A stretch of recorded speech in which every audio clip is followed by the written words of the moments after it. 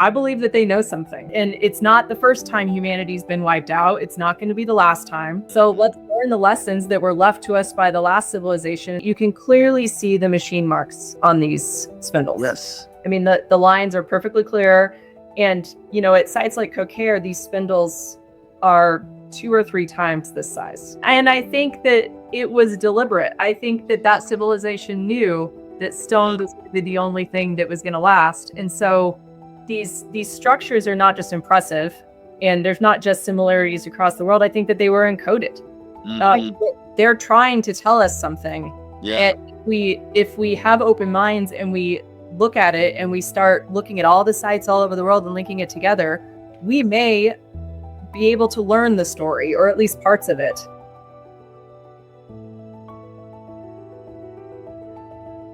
We missed the puppy, guys. There was a puppy. The puppy might come back, but there's a border collie that showed up right before this. Hopefully she comes back. But we are here with Cassie of Secrets in Stone. We're really excited to combine Cassie Coppersmith, the brilliant host of Secrets in Stone, YouTube channel and podcast, where she uncovers forbidden wonders from sites like Angkor Wat to other enigmatic sites all around the world. So thank you so much for joining our show. We're really excited to have you. I'm really, really happy to be here and to actually meet you guys virtually. I've watched a couple of your episodes, and I enjoy your format. Thank you. We appreciate that. We also enjoy yours, which is why we reached out. I first heard about you through a mutual friend, Aaron Hines, and then I started going down your rabbit hole. And so that's what we want to do today, is go down your rabbit hole a little bit. Will you please share your background and how you and your story? Because I'm imagining you, like as a kid with magnifying glass, looking, categorizing stuff and whatnot in your backyard. Am I far off or no? You know, as a kid, I was extremely curious. I grew up on a corn farm in western Nebraska. Okay. And so my kind of entry into ancient history was my Sunday arrowhead hunts with my grandpa and my dad on our, thousands of acres of private land. And so that's how kind of all of this got started, was, going around and picking up things that nobody's touched or seen for thousands of years. And so started that way, then went much more traditional route. I was trained in finance and economics, started my career in investment banking, which is super boring. And after my master's degree, I went and worked for a gold mining company. The largest one in the world is based in Colorado. And so I did strategy, mergers and acquisitions for gold mining, which is a really, really challenging and interesting career. Lots of problems. Yeah. And, I spent most of my career buying and selling mines and companies. And so what that did for me was it allowed me to develop this skill set where I can take super complex things and distill them down into 1 or 2, super punchy board slides. And so that's the skill set that I now bring into ancient history, is these big complicated concepts and archaeology reports and things like that, and distilling it down to a 20 or 30-minute video where if you don't know all of these concepts, I can make it a little bit easier for you. So I did that career for 12 years. Mining thing. Yeah, the mining thing. I was with that company for 12 years. And it was a really good experience. By kind of my late 30s, I decided I'm over it. I don't want to be in corporate America anymore. So I just quit. Moved up to the mountains. I live in Vail, Colorado, right next to the ski resort, actually. So my husband owns an electrical company up here. And so now I really just split my time between this ancient history stuff, which we can talk a little bit about how I got into that, nonprofit work, and I run the books still for our electrical company up here. So it's a pretty easygoing life now. That's a really fascinating background, and being fed up with corporate America and not wanting the corporate ladder, corporate chain lifestyle is a common recurring theme among guests here on the Multiverse, as well as the hosts of the Multiverse. So you're in good company here. Now, it does seem like mining is an interesting inlet to sort of bridge the gap between your financial background, which is good for any and all businesses, but mining is sort of related to some of these ancient megalithic sites that you later got into. What are some of the cool experiences you had with 12 years in a mining company? Did you get to visit any gold mines during your time there? Yeah. So out of grad school, I got my master's degree in international finance and economics. And my only goal was to get paid to travel. That was it. I didn't care how I achieved that. And so I got an internship with this mining company that was based in Denver. And, it had operations in, Ghana, in Africa. I spent a bunch of time in India. I spent a bunch of time in Australia. We had operations down in Peru, um, Suriname, all over the Western United States, Nevada, especially. And there's a lot of interesting ancient history going on out in Nevada. So I traveled a lot. I was probably traveling, at the height of it, at least one international trip every month to 2 months, and these were multi-week trips. So I truly achieved my goal of being paid to travel. I didn't get to travel to really glamorous places, but the gold mines aren't in glamorous places. So Yeah, is that what you wanted though? You wanted to do the more adventurous place and the less glamorous, correct? absolutely, absolutely. And in Peru, we operated gold mines up at like 12,000 feet in elevation. So we actually Wow. needed to change up our mining trucks so that they could operate at that altitude.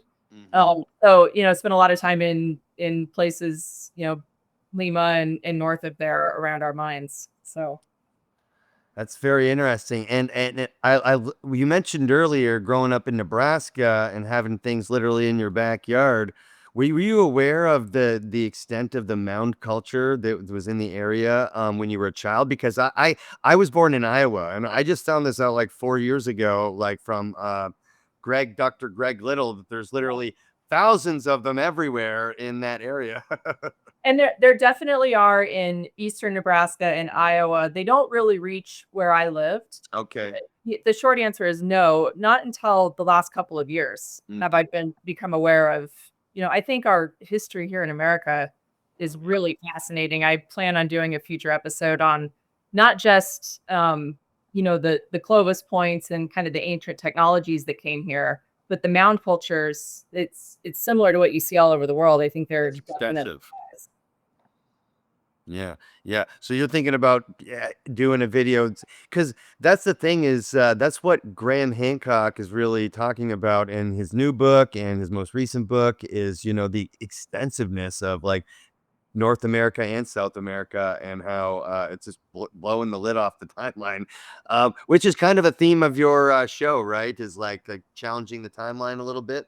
Absolutely. Yeah. And, I feel like Egypt and Peru and places like that are extensively covered by very right hands in this space. And so I tend to lean more toward less talked about sites and locations. I think that those, if we can start to systematically go through these smaller sites and talk about the link that they have with the more famous places in Turkey and Egypt and places like that, I actually feel like uh, we can thread them together, and it creates a much stronger case for what all of us are talking about.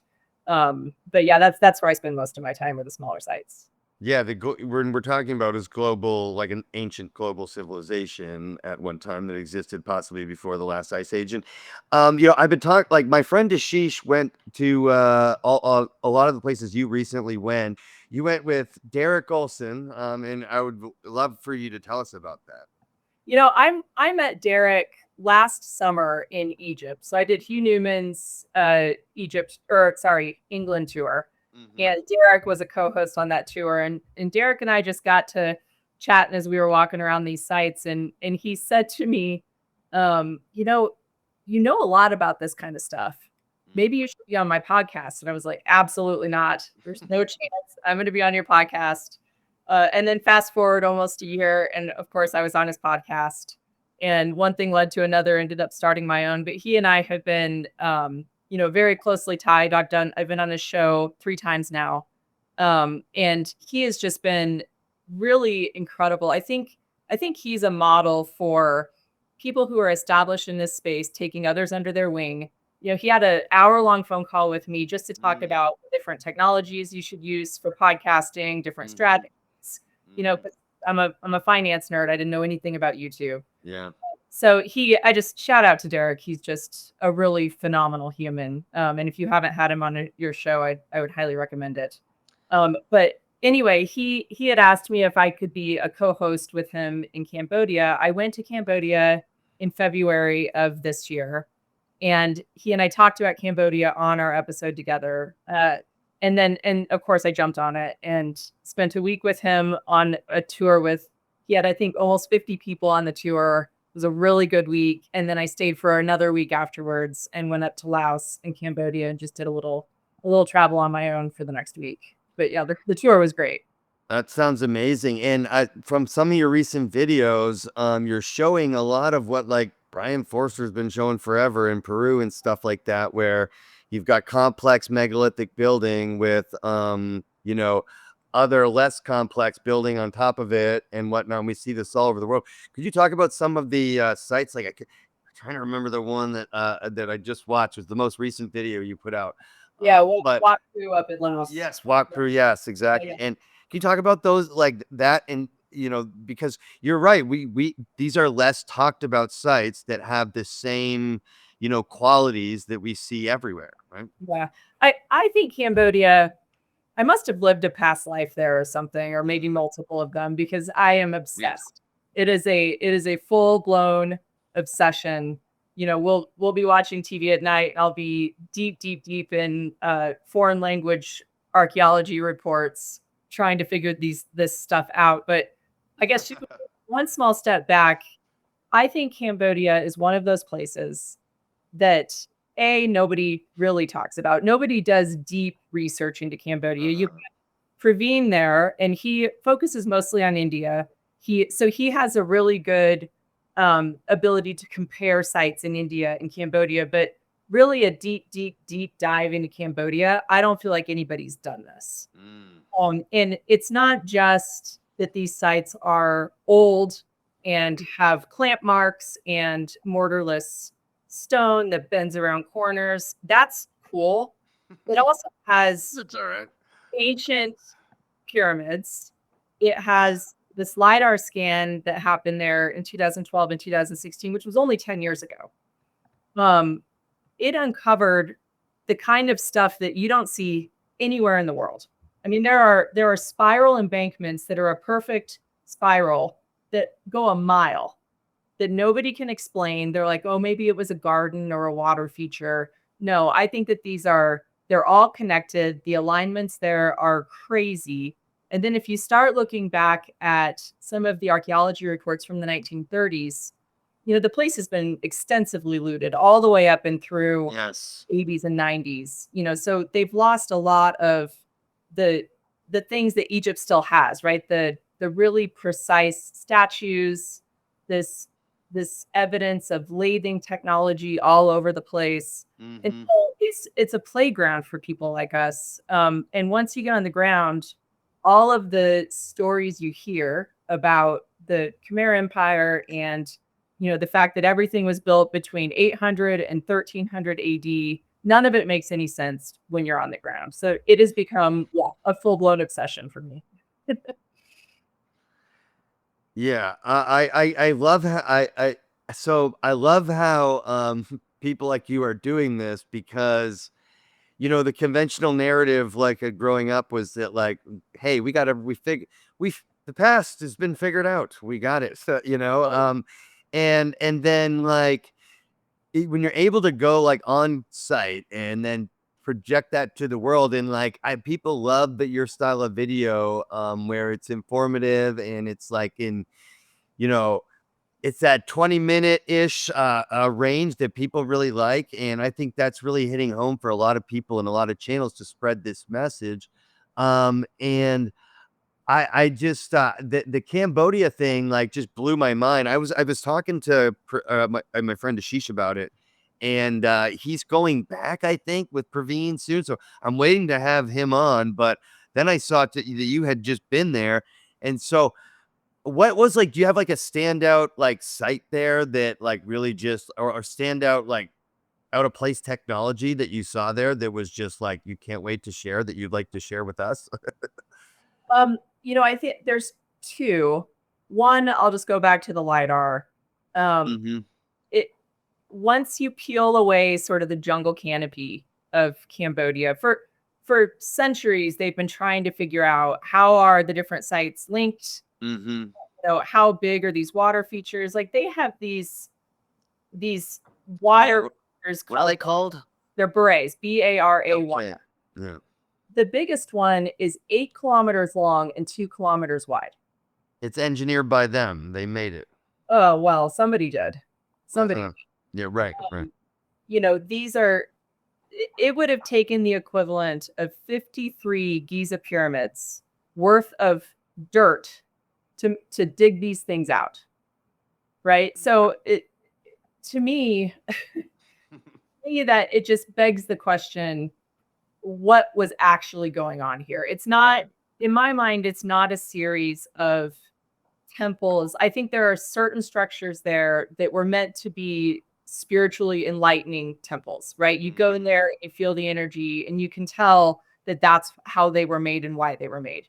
But then you have all of these pyramids. Some are on the ground, some are on top of these huge hills that I think may or may not be man-made. They're all perfectly aligned. You have these spiral embankments. So it feels like there was almost a giant master engineered machine happening here. Yeah. So that would be the first thing that I would say is like, people need to spend a lot more time talking about these LiDAR studies that the main scientist, the main archaeologist who was heading up all of this, he recently passed away from cancer. So his name is Damian Evans. I don't know that they're going to keep working through these LiDAR results the way that he would have, because he was the one who led the program and he seemed to be very open-minded. So I really think LiDAR is just going to be a non-discussion in Cambodia from now on, unless people like us keep bringing up these results. It's truly a massive enigma. Well, it won't be a non-discussion for too long because we are going to keep talking about it. LiDAR is one of the simple, is affordable, easy to use technologies that has had tremendous results in the Amazon. And now with your empire being in Cambodia, this is something that needs to be done everywhere by as many people as possible. And then we just chat about it. It's not necessarily rewriting the books yet, but we're uncovering new data. You just need to look at it together first. Absolutely. Totally agree. The second place, I'm actually doing what I think is going to turn into a 2-part series on just one site. I went there twice. So I went there with Derek and crew. It's 2 hours outside of Siem Reap. It's called Kokere, or people call it Kokay. I'm not totally positive on the correct pronunciation, but it's 2 hours outside of Siem Reap, northeast of Siem Reap. It's a site out there all on its own. It has a 7-tier pyramid, and everything there is just completely unique. So they have these, I've been posting them on my socials for the last couple of weeks just to kind of get people warmed up on this episode that I'm about to put out. But they have these lingas that you go all over. There's lingas all over the place, usually in the middle of these temples. They're described as the Leone and the Linga. They're meant to represent the male and the female. They're described in all the literature as this spiritual, you pour water over the top of it and it makes the water sacred, and it's used in, all sorts of, I guess, ceremonies and things like that. The lingas at Kokere are like 15 feet tall. Like I can show, I don't know if you're open to me showing photos. Yeah, let's do it. I can just show you quickly. You can show us whatever you want. We love that here. The size of these things. And as far as I can tell, there's no lingas in India that are this big anywhere. And there's only one that I can find in other places in the world, and it's in Vietnam. So this is incredibly unique. Yeah, no, I saw a bit those in the video, one of their most recent videos and I wanted to hear about this 7-tier pyramid, because That's insane, and everyone should know about that. And Totally. why don't they, right? Well, and it's the only pyramid in Cambodia that's made of solid stone. All of the rest of the pyramids have an earthen core and then blacklight and then solid stone. So let me make this full screen. Yes, please. Sorry, my computer is really slow. No, you're good. There we go. Just uncovering things that in all over the world, there's like these like perfect grid systems of ancient civilizations. It's crazy. Absolutely. Can you see the photo on the screen? Yes, ma'am. Yeah. Yeah, so this is that there are 5 buildings directly east of this 7-tier pyramid that they didn't have roofs, and they housed these lingas, and you can see it compared to I don't like photos of me, but I put myself in the photo just to show the scale difference between the linga and myself. I've never seen anything this large. They face straight north, all of them, and they're directly east of the pyramid. So they're all in perfect alignment. Mm-hmm. And this is the only one that's still reasonably put together. The rest of them have sort of fallen into disrepair.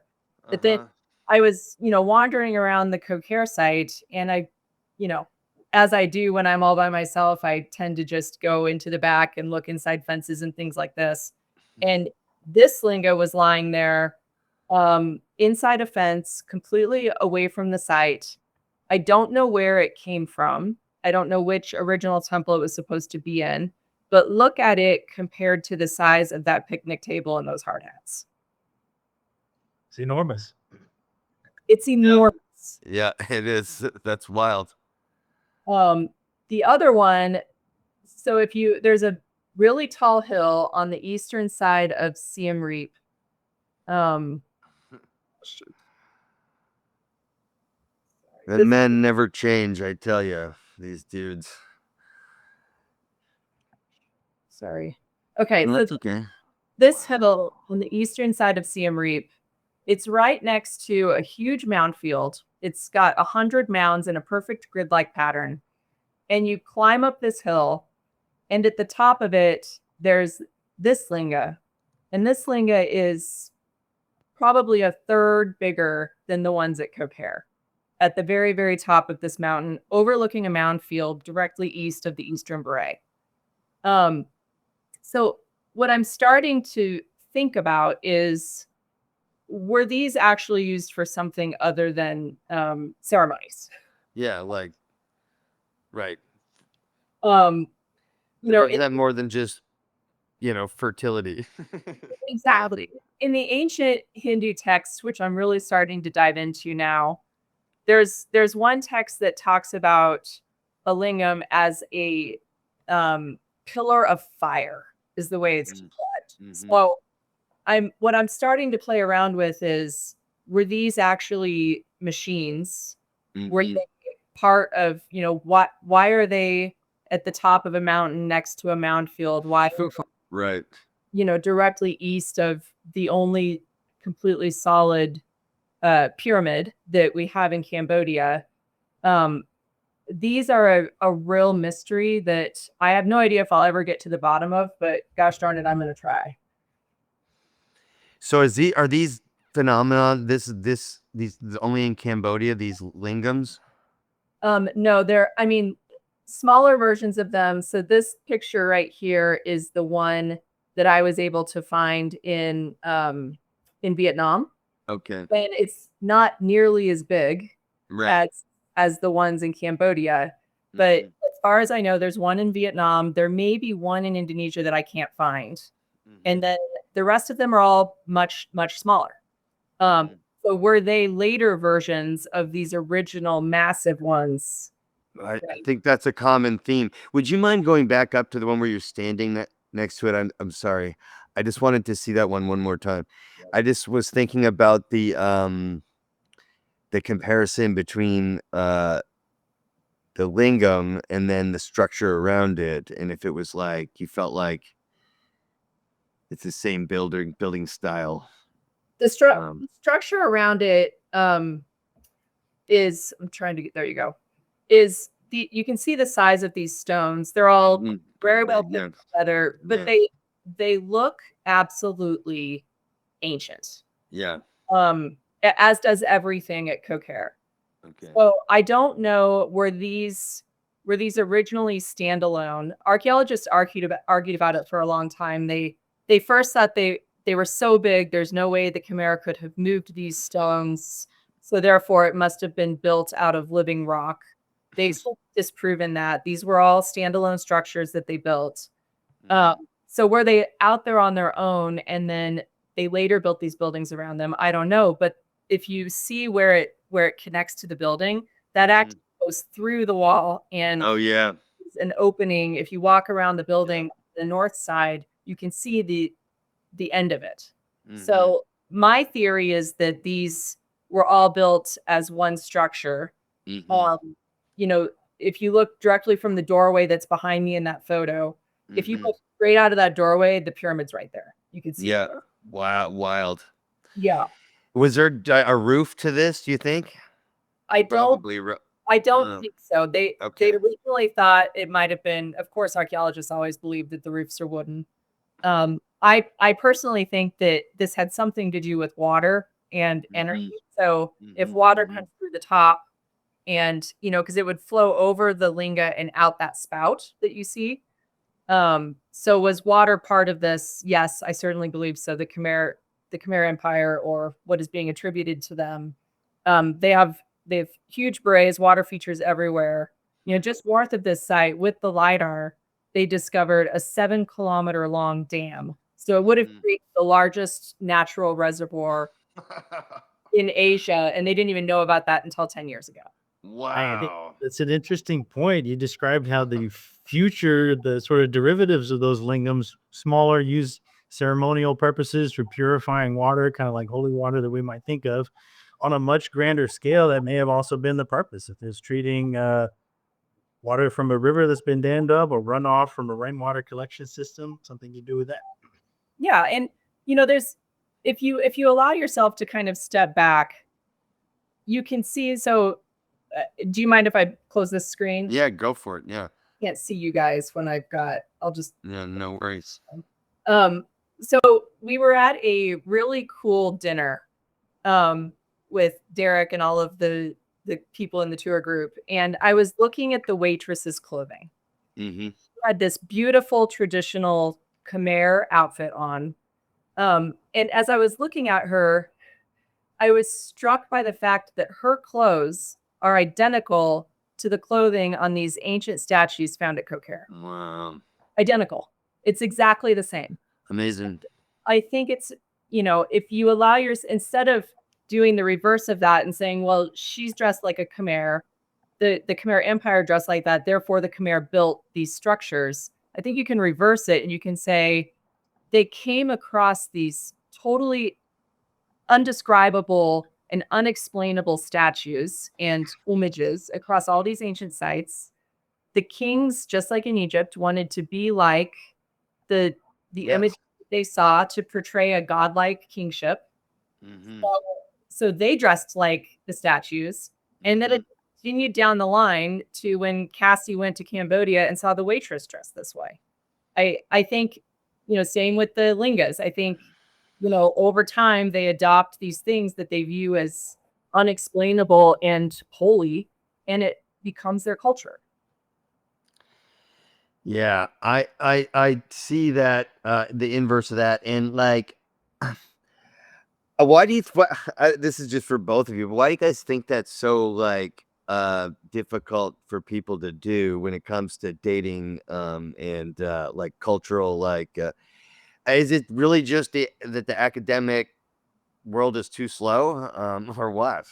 Like, In some ways, I have sympathy for the archaeologists. same. Because you're trying to publish a report and give dating on something. You can't you don't have the freedom that we have to say, whoa, how old is this? Could it be substantially older? Yeah. The way that almost all of the sites in Cambodia are dated, there's two ways. Some very sparse carbon-14 dating, which we can have a conversation about that, because It does not have many legs to stand on with the way that they do it there. I'd And- like to. And inscriptions. And Okay. the Khmer had, I mean, there were hundreds or thousands of inscriptions all over all of these sites. Kings, many times it says the word dedicate, but that is, assumed. The archaeologists say that means built. So sometimes the kings don't even claim to have built it; they just dedicate them. But in other instances, they claim to build it. This Kokere site, the official archaeology, the official story is that they moved the capital of the Khmer Empire to the mountains to this site for 23 years, and everything that you see here is built in 23 years by one king, including the 7-kilometer long dam. And they do that based on inscriptions. So I think it just creates this self-perpetuating story that once the narrative's established, nobody wants to go against it because they're not going to get a paper published. And then it becomes the national identity. And then it becomes racist if you think that if you even think about saying somebody else built this, not the people that you all identify with. It's a subtle but a very important factor. And I like how you peel back the layers. We were actually just having a conversation the other day with somebody. It's the difference between inductive and deductive reasoning, and there's room for both in science. You've got to be deductive with regards to what you really know for sure, but then you can be, so long as you clearly define what's a hypothesis, you can be inductive beyond that. Say, well, we've ruled out up until here, but beyond that is a possibility, as opposed to saying, well, it matches from this time period, it must be that time period, and we'll find a way to squeeze it into as short of a time period as we need to make it match. You end up having untenable narratives that doesn't add up to the data. So, which ironically opens the way to far wilder speculation than you would have. Yes, that's the problem. Reasons and narratives to begin with. I couldn't have said that better. Thank you. And I don't claim to know when these are built. I don't think anybody does. But it's okay to poke holes and ask questions. Yeah. I wish people would do more of it on both sides of the aisle. Can you talk about the carbon-14 dating that we're talking about here? Yeah. And how you're saying it's sparse, I think was the word you used, or what did you choose? Yeah, it's okay, so here's a really good example.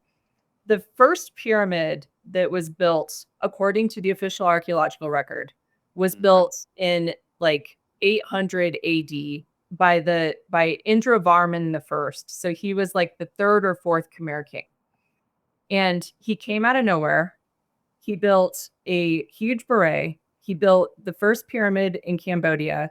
And he built this temple that absolutely blew my mind. It has these lathe cut spindles that are huge. And so that's the official story. One step back, the archaeologists in Cambodia assume, just like they do all over the world, that the earlier Khmer people, or the Chenla kingdom, which was the kingdom before the Khmers, they didn't know how to build with sandstone and laterite, so they built with brick. And then as time went on, they started building with sandstone and laterite, and it became more complex. And, eventually by the 1300s, the whole Khmer Empire collapsed. Mm-hmm. So this one assumption that everything started with brick, in my opinion, is completely backwards. So I believe that all of the original structures, like this pyramid that Indravarman I, I believe, found or knew about and claimed as his own, he went in and tried to repair it with bricks, right? So all of the structures outside of this pyramid that had collapsed, you'll see across the country, are rebuilt in brick. And there is a piece of wood inside one of the brick structures over the doorway to hold up the brick structure. And they dated that piece of wood. And that piece of wood, let me look at my notes here because it's crazy. So that piece of wood was carbon dated to 670 AD. So it's about 150 years before even the Khmer Empire was officially started. They dated this piece of wood. They said, okay, it was dated to 670 AD. And then they just never talked about it again. So, you know, this structure was clearly much older. They came and they rebuilt it in brick. They put a piece of wood in there, and that piece of wood is 150 years older than the king that supposedly built this entire pyramid. So it doesn't make any sense at all, right? And they write these reports, they publish them, and then nobody questions. Nobody goes, "Wait a second, that doesn't make any sense. How old is the actual pyramid then?" Yeah, I have a question. Just generally, what do you know about who's running the show in the area when it comes to archaeology? Is it the government of Cambodia? Is it private investors? Is it universities from the United Kingdom or France? Sometimes you have that. Like what exactly? Who's the ones doing these papers? So the show is being run by the government. I actually had a conversation with our tour guides while we were there, and I was asking, what does it take to become a tour guide in Cambodia? And it's actually a really interesting process. They have to apply. They already need to be fluent in one of the 5 official tour guide languages in Cambodia. Um, they apply to the program, they get accepted. They pay for it themselves, which is like $500. So it's a pretty extensive investment for them to even become part of this program. And then all of the curriculum is supplied by the government. And, you can see the curiosity in the guides when you talk about these things, but they will not acknowledge, if you say, look, these look like they're laid, they'll go, no, no, no, no, no, no, there were no machines. It was all copper tools. So they have an official story that they're telling to every tourist in Cambodia. It would come at great personal expense to go outside of that narrative because they've invested so much in becoming these guides. It's one of the top jobs you can have in this country. You're not going to hear a different storyline from them for sure. I tried with multiple guides and you just can't get them there. They'll give you like a little wink and a gun though, or no, nothing. No, I didn't get a single wink. I mean, it was really stoic.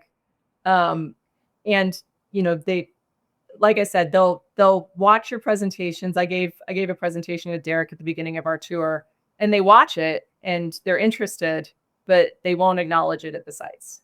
There's a lot of international work being done with the Australians and the Japanese and the French. Huge teams over there doing this work, but when their reports come out, they're all in partnership with the government, so they're not putting out reports that say anything other than the official narrative. That makes sense, and it's unfortunate, although you can tell that they're having to balance their own curiosity with securing their job. If it's a good job that they have to train hard for. Yeah, I'm wondering, because without naming names and whatever, but you can sign up for tours in Egypt, for example, where there's an official guy with you, and then there's a real guy with you who's going also, but because part of it, you need to have that official guy to tell you the official story. And is there any sort of infrastructure being set up in Cambodia for something like that? I don't know the answer to that. I've started to contemplate doing my own tour over there, and I don't know the answer to if you have a certain group size, you need an official tour guide. Okay. I don't know. It's something I intend to look into. And if there is an official size, I intend to make my tour 1 or 2 people smaller than that official size so that Got we it. can go around in a bus and we can look at the sites. In some ways, when I went up to Laos, I hired a tour guide for the day specifically to hear what's the official story. Yeah. I find that really interesting because then you start, especially when they start talking about myths or what their grandmother said about the site. Those types of things are little nuggets that are really helpful. So in some ways, it's nice to hear the official story, but in other ways, it's really confusing because then you have somebody like me or Derek saying, those sure look machined. And then you have the tour guide right next to us going, no, no, no, no, no. It's copper tools, But you do get that for lack of a better word, indigenous touch with because a lot of these tour guides grew up there and have family and grandmas and, generational experience around these sites, which I get. I've been on some tours in Mexico where I really enjoyed the tour guide, but then I was also the guy that was like, yeah, but what about this and what about that? So let's talk about those Cambodia seems to be loaded with like lathing technology, like way more than I thought. Yes. Comparable to India, or even better in some cases. Yeah. So if you're cool with it, I'll Yeah, we're cool. here. Um, And there's some evidence in Egypt and whatnot, but Cambodia, I was shocked to see what was there. That's insane. so this picture right here is these are what are called spindles, or I think archaeologists call them window dressings. Meant to be, according to the archaeological record, purely decorative. Oh, yeah, of course. But if you look at them, in some of the sites that I'm starting to theorize are the oldest. This one's the Anti-Sray, which is the famous red sandstone temple. Yeah. You can clearly see the machine marks on these spindles. Yes. I mean, the lines are perfectly clear. And, at sites like Kokare, these spindles are 2 or 3 times this size. So these are probably 6 inches wide. The ones at Kokare are like 9, 10, 11 inches. They're massive. And so one of the theories that I'm starting to play with is you can see these spindles across all these different sites. And the ones that are very clearly machined, like the best examples are at all of the pyramids and all of the temples that I believe are the oldest. It's where you see the biggest groundwork. You see the precise alignments across the geography with regard to being perfectly aligned with the center of one of the berets or perfectly aligned with another pyramid. So you can, as you start to walk around the sites, you can see these. And then just like in Peru or Egypt, you start to see the technology change and become a little bit less precise, a little bit less aggressive. I'm starting to believe all the way down to, so here's like the famous dinosaur, the temple, the Lara Croft temple with the trees and the little dinosaur carving. These later temples that I'm theorizing are later. They're not even standalone spindles. They're just images carved into the stone in honor of the spindles that they know how to make. And we see examples of this in Egypt, but yeah, I'm following. That is so wild. And so what does the carbon dating and the etching dating say about the older stuff that you're saying is older? There's no rhyme or reason to the dating. So generally they date the pyramids to be older, but that's basically like 800 or 900 to like 1100 AD. And it's all based on inscriptions. And then some of these places that have very precise spindles are dated much, much newer because somebody wrote an inscription that said it was built in 1200 AD. So you can't really go off of the official dating. This is why I call my channel Secrets in Stone, is if you stare at things long enough, we can start to piece together at least a working hypothesis for, okay, if I go to these sites and I see that the spindles are not standalone or they're not clearly lathed, maybe those are the newer sites in Cambodia. And then you can see the specific technology in the older ones, that original OG builders. It's far superior to things we find in the rest of the country. Yeah. Well, I spray painted Dave Kicks ass on a big rock when I was a kid in the woods because I thought it was cool. And, that doesn't mean that I made the rock. You know what I'm saying? You put your name on your mailbox. It doesn't mean you built your house. Exactly. Thank you. Yeah. So So these are the examples of what you're saying are oldest to middle to newest, correct? This is my theory. I can't Mm. prove it, but this is, I went into my last trip in Cambodia with this working hypothesis. Mm-hmm. And from what I could tell, based on all the sites I went to, the ones with the most impressive, most precise stonework that are perfectly aligned with each other all have these very impressive lathed spindles. And it's not just spindles. Um, you can see Yeah. this work on these massive pillars too, Uh-huh. Uh-huh. where they lathed them, like this one under Takao, which is that uh, pyramid that we were talking about earlier. You can Uh-huh. here it was lathed, and then you can see where they later went in and carved over the top of it these decorative features. Yes. Yeah. Um, Reminds me of the Serapeum because the etchings on there don't seem to match the technology. yeah, Um, yeah. um, So yeah, everywhere you look, there's evidence of machining technology that is completely unacknowledged in the country. I think it's an impressive riddle or feat because obviously it would be much easier to carve in a replica of one of those spindles as opposed to be either making one separately that's precision fitted to the window and inserting it, or somehow removing, like negative, constructing it in the window of the stone itself. yeah, let's make this decorative window the most complicated as possible. Like just to be really decorative, right? When I was up in Laos, I pointed to the spindles and I said, "These are machined." And she goes, "No, no, no, no, no. They're not machined." She said they were for air conditioning the room. So she said it moved the air as the air came around it and it created. I could see that, but still, it's Yeah, still super complicated. So like, why? exactly. So yeah, the machining technology in Cambodia is it's everywhere, you know. And it's under like reported, which is why what you're doing is super important, and what Praveen's doing is super important. I've seen everything Praveen does. It's one of my faves, but like more voices need to be talking about these areas because I believe the roof's about to come off the timeline of human civilization and human intelligence, and it kind of in the process of that.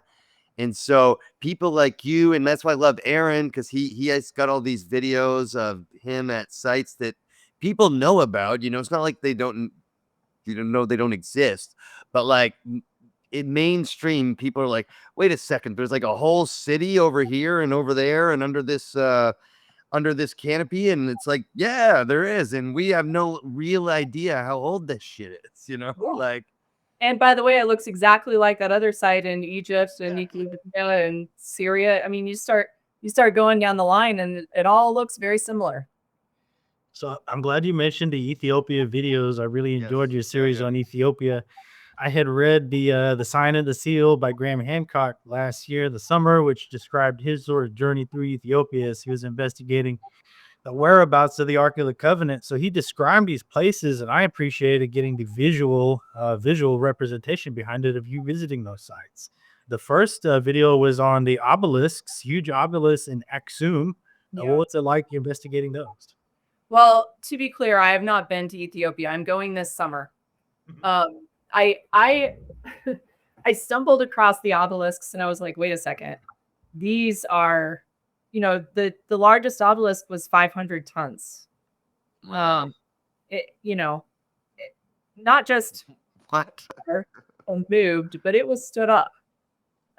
It has since fallen, but yeah, so the 500 tons? 500 tons. A So single obelisk block. the largest standing obelisk. Of course, we have the obelisk in the quarry in Egypt, but that is not stood up.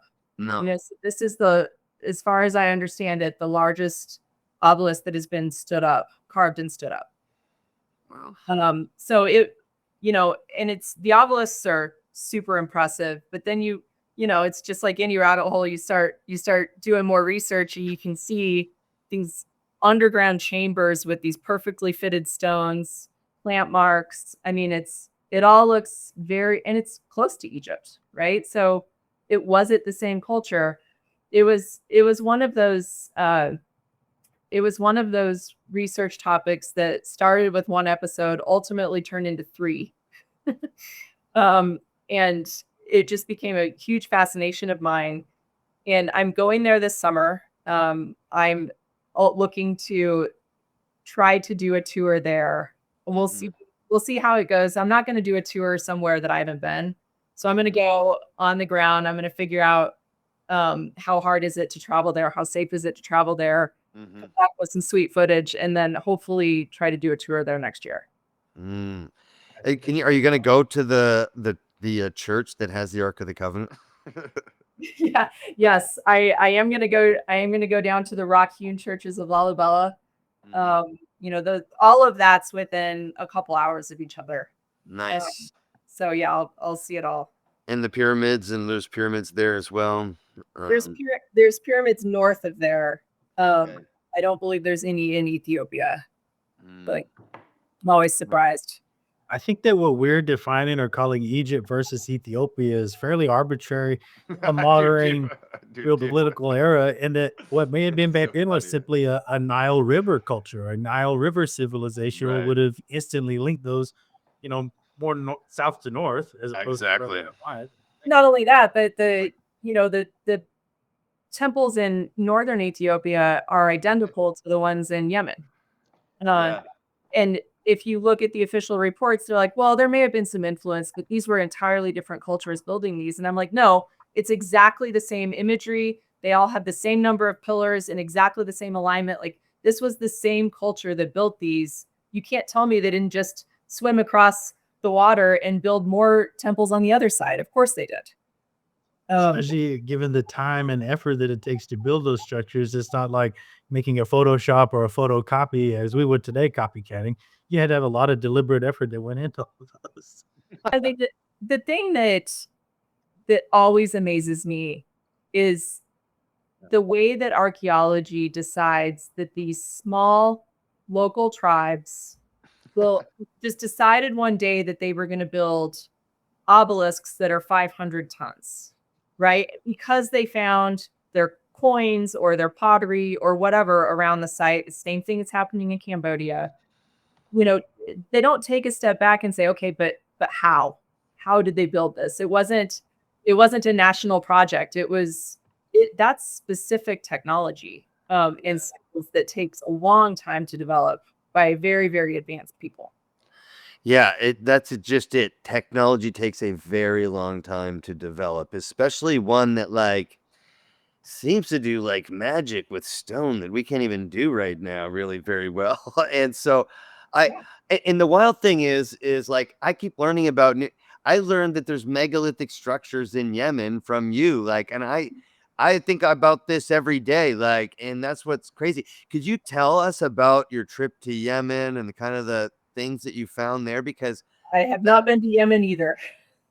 You did a video recently about it though. Yeah, so I would say half of the sites that I've done videos on, I've been to, and half of them are just deep research, right? So the research in Ethiopia led me to, oh gosh, there's some really crazy stuff right over in Yemen, just east of there.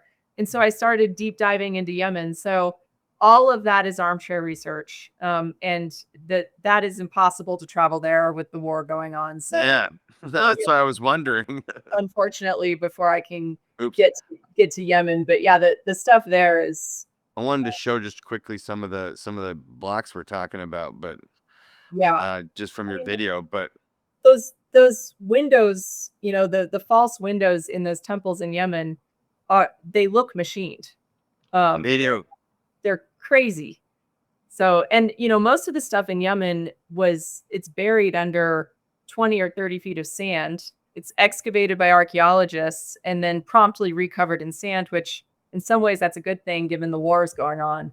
But yeah, nobody talks about these sites and their relation to like local sites. And as Mike was clear, about how these arbitrary lines that we have between Ethiopia and Egypt, didn't exist similarly in the past. That's why they should be connecting these cultures together, and they not necessarily are, right? Correct. Yeah. No, it's all the local tribe that just one day decided that they could build a pyramid, you know? Yeah. And I I wonder, I wanted to ask you specifically because I think, I'm just me wildly speculating right now, but like I think we're gonna start finding a connection to these sites like underground. And I think that's the direction it's going. Do you have any hope for like the Italian star scan technology and what this could possibly mean for like your theories and the bigger picture in general? Yeah. I mean, that technology, Lidar, um, as I understand it, Graham's out scouring the Sahara right now. I mean, Hmm. if you there's places that are just either impossible to excavate or you shouldn't be excavating there, right? You need to be thinking about preserving these sites. It's a non-invasive way to discover what's happening underground. And as Hmm. also shown uh in Cambodia, we have no idea how extensive the work of these cultures was, whether it was earthworks in Right. China or Cambodia or the Amazon, whether it was deep underground structures. This is the only way we're going to be able to do it. And in a lot of ways, it takes away, um, you know, the countries can't really guard you or stop you from doing scans from space. So it democratizes the information a little bit. The gatekeepers can't really keep control of it. So it's the thing I'm most excited about by far, happening in this space right now. And I think it's happening right now for a reason. I'm going to get a little esoteric, but Please. I think that humanity is waking up or waking back up. Hmm. We if you read anything about the Yuga cycles or that kind of stuff, Mike is violently shaking his head. Total agreement. I think were I don't know that aliens had anything to do with humanity. I think that I hope they did, but I don't know either. yeah, and there's a lot of myths suggesting that there was at least some intervention for sure. Mhm. But in these 12,000-year cycles, we go from advanced. I think that 12,000 years ago, it is totally possible that we could speak to each other telepathically, that we could Mhm.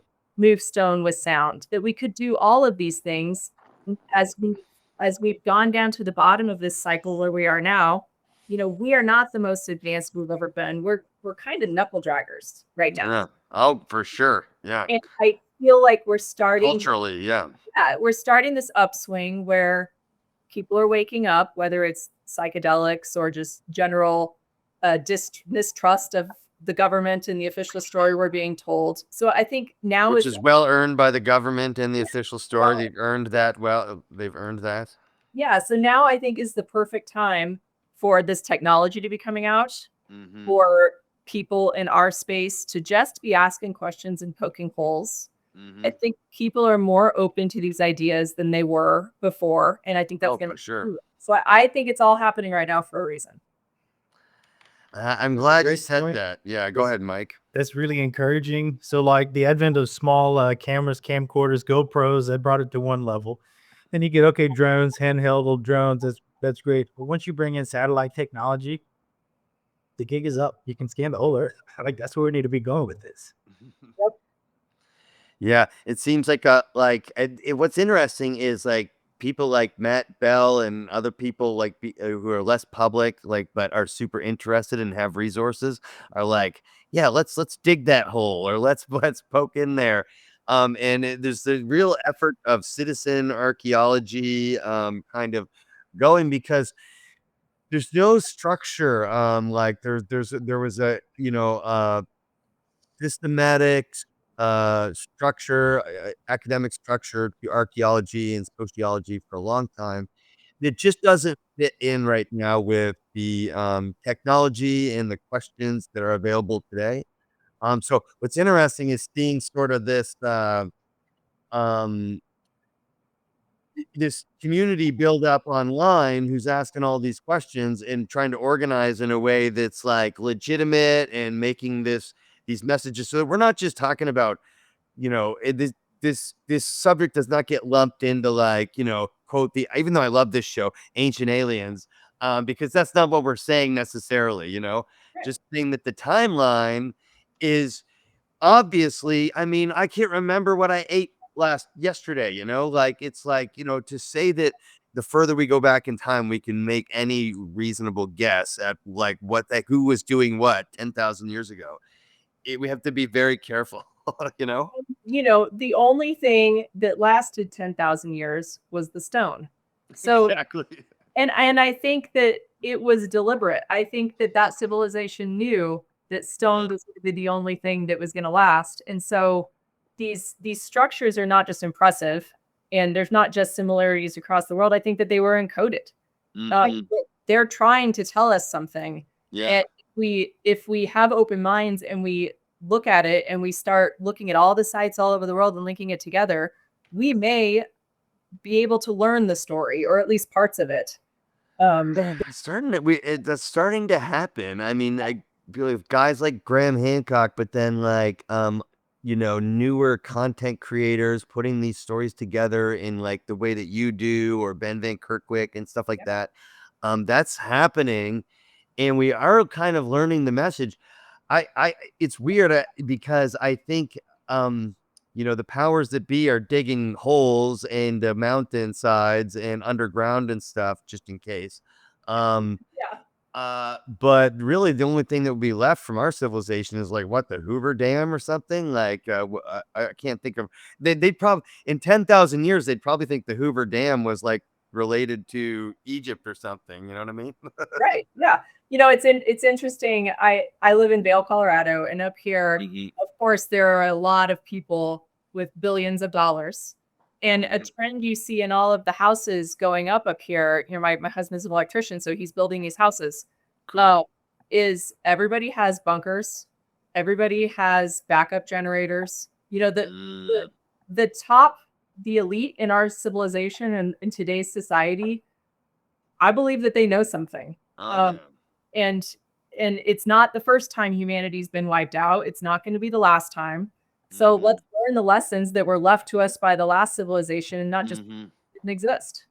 Mhm. Yeah, I know this is like a kind of a I don't know, answer to life, the universe, and everything question. But what do you think they were trying to tell us, written in stone? What is the secret? What are the secrets in the stones?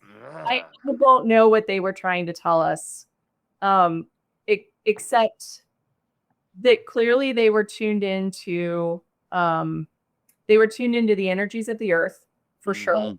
Yeah, alignments too. No, I go to acupuncture every week, and acupuncture always reminds me of these sites I've been to and the power centers of the earth. We are no different than the earth. They were clearly focused on the stars and the events happening outside of our planet. And I would like to believe that they were a more peaceful, more evolved civilization. I don't know that for a fact. There may be some evidence of wars, uh, Mhm. or otherwise in our far, far distant past. But I do think that they definitely had uh, messages for us that are in the stones, are trying to be communicated by where they were placed, how they were built. These lingams, like what were they used for, really? Mhm. You know, Mhm. let's ask these questions, and maybe that's the point. Maybe just asking the questions and getting outside of our comfort zone is, I mean, that in itself is a really important thing for humans to do. And certainly these sites make people do this. People who have never Mm. traveled, on this trip to Cambodia, I was asking some of the people on Derek's tour, how did you Mhm. do this? And, they said things like, well, I was a firefighter in Chicago and I had never thought about anything about our ancient past. And then I went through and my mind was blown and now I'm Mhm. obsessed. Right. So Mhm. Mhm. these structures have a way of communicating to us and opening us up Mm. in a way that many, many other things that people spend their time on doesn't do. I like how you said stepping out of your comfort zone, but we also have to be careful not to turn this into a new escapism type of comfort zone and tempering our optimism. It's really easy to just think, oh, some past civilization must have had it all figured out and they didn't Right. waste the time with credit cards and all the other problems that we have. Let's not turn this into just wishful thinking and afternoon daydreaming of, well, I wish for a simpler time when things were good. We still have to do something with the world around us today. And it doesn't mean necessarily that everything was perfect way back when. It's no different than psychedelics. Yeah. Right? Yeah. You can go and expand your mind, and then you can come back and chop wood and carry water, right? You Yeah. have to come back and pay your bills, and it's no different. Yeah. Yeah. That makes a lot of sense. And so I wanted to ask, have you ever been, Mike and I have been to like a couple of these ancient history conferences. Have you ever went to we went to Cosmic Summit, we went to Quest for Ancient Civilizations this past weekend. Is that something you'd be interested in doing? Yeah, and I've actually I had a wonderful multi-hour coffee session with Mike Collins in Oh, Austin cool. last time I was down there, and he and I've already talked about the spring conference. Okay. Yeah, I intend to start going to these. I just, I just started all of this, my podcast in April. So I wanted to see if there was going to be any traction or if I would like it, but turns out it's a little bit of an obsession. So yes, I plan on being at future conferences for sure. Yes, I think you could make a phenomenal presentation about the trip you've already made in Cambodia. Mhm. And then the following year, you can give us an update on the Yemen, Ethiopia situation. Totally. Yep. Yeah, and if anything, it's just fun to network and hang out with people who are obsessed with the same stuff.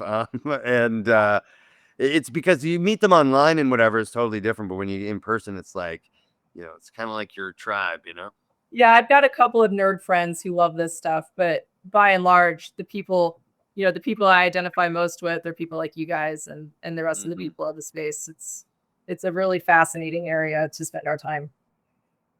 Yeah. So what's next, like for Cassie Secrets in Stone? What do you got coming up in the future? You mentioned a few things, but if you could let us know what the plans are for the next couple of years. I've got as far as the channel, I'm going to keep the thing I love is the research and putting it together and putting out a video and seeing, the people that send me private emails blow my mind. They're so interesting. There are people all over the world doing this really fascinating work, but they don't have channels, and that's great. They're happy to communicate their thoughts and theories, and so I'll continue the research. I'll obviously continue the channel. I'd like to get to know everybody in the space, like you guys, attend some of these conferences, but I've got a pretty heavy travel schedule coming up. I'm doing Thailand in February. I'm going to go see some of the Khmer temples in northern Thailand. I've got Peru and Easter Island in March. I'm going to Ethiopia in the summer, and then we're doing Japan in the fall. So I'll have a lot of really good content from all of those places. At some point, my husband and family are going to get tired of just megaliths, and we're going to have to do something else. But at least for 26, I've got megaliths locked down. I wanted to ask. Go ahead, Mike. Go It ahead. just reminded me of the story that Hugh Newman told of his last family vacation, where he had planned out the whole family vacation, but he had in the back of his mind there was a site that he wanted to check out that he spent one day. Yeah. Yeah, I wanted to ask, when you say we, I was like, are you going with a team, or you're really literally dragging your family to these megalithic sites? But they like it, right? They're enjoying it. Yeah. So I do all of my travel with my husband, my brother, and my sister-in-law. It's just Wonderful. 4 of us go all over the world together, and we're all very fascinated with this stuff. No, we're in my flow every year. So that's kind of my core group that I travel with everywhere we go. Okay. And last question I just wanted to ask, because we try to ask most of our guests this, but like, if you could travel back in time to any site in the world and see how it was built, where are you going? I mean, I think until this last trip, I would have said Egypt. I would probably have gone to the Osirian or watched the pyramids get built. Sure. That's a boring answer. I'm going to tell you that's changed since I went to Cambodia. I would go to Kokere And I would see how this pyramid and this water features and these lingams were actually working together and what they were doing out there. What were they up to?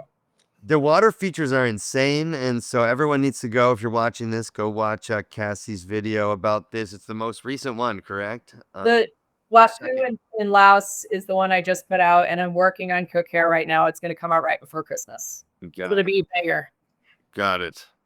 Wow. Okay, Cassie, Secrets in Stone, thank you so much for joining the multiverse. Hopefully this isn't the last time we bring you on, because it sounds like you got a lot of fun stuff planned that we'd love to hear about and help promote and get it around the multiverse, right, Mike? Yes, thank you so much for joining us today. Everyone, please check out Cassie Coppersmith, Secrets in Stone on YouTube. We look forward to hearing all the future updates. Thanks for joining us Thank today. you so much for the invitation, guys. This was a real pleasure.